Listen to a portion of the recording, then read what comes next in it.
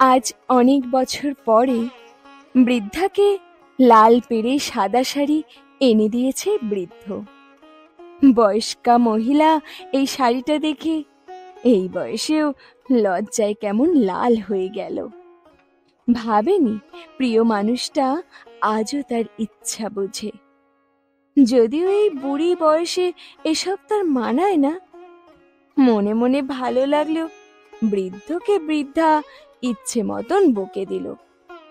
বলল, বুড়োর কি ভীমরতি জড়ছে নি? এই বয়সে এসব বাচ্চা কাচ্চা কি বলবে? তোমার নাতনিটাও তো এবার ক্লাস 6-এ উঠলো। পরবো না তোমার শাড়ি বলে রেখে দিল বিছানায়। বৃদ্ধ খানিক হেসে হেসে বলল, যে বয়সে তোমায় এসব দেওয়ার কথা ছিল সে বয়সে তো চিপস কিনেছি আমাদের বাচ্চাদের জন্য। তোমার জন্য গোলাপ না কিনে ওদের জন্য কিনেছি চকলেট। সারাটা জীবনের অর্জন শেষে কি বা দিয়েছি তোমাকে বলতে পারো? বৃদ্ধা নির্বাক দৃষ্টিতে তাকিয়ে থাকে।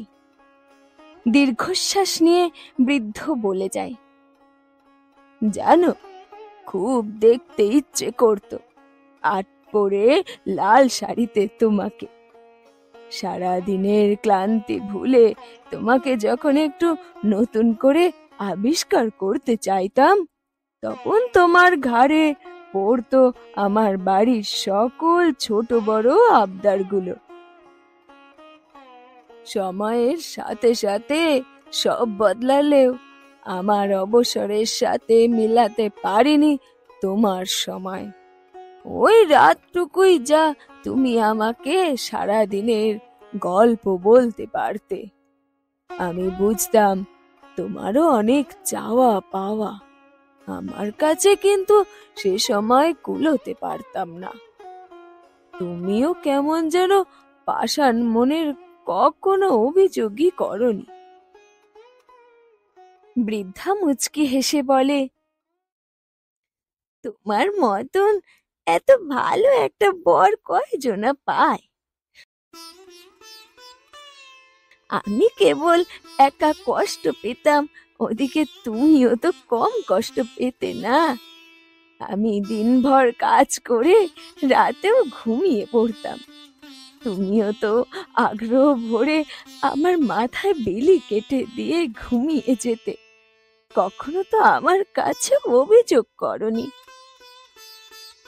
সুমা, শোনো, আমি চাই আজ তুমি শাড়িটা পরো। আমরা আজ ভোর সকালে হাঁটতে বের হব।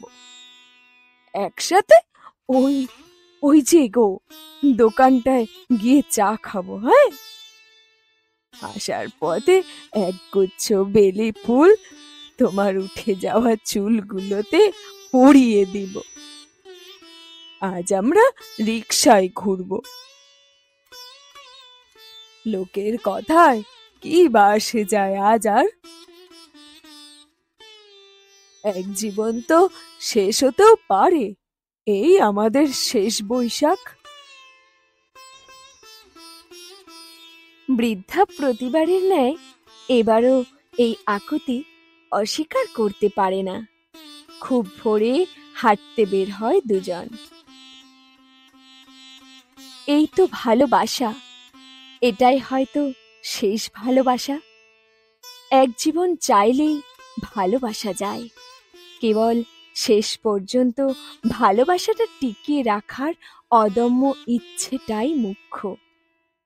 বেঁচে থাকুক ভালোবাসা শিরোনামহীনভাবে।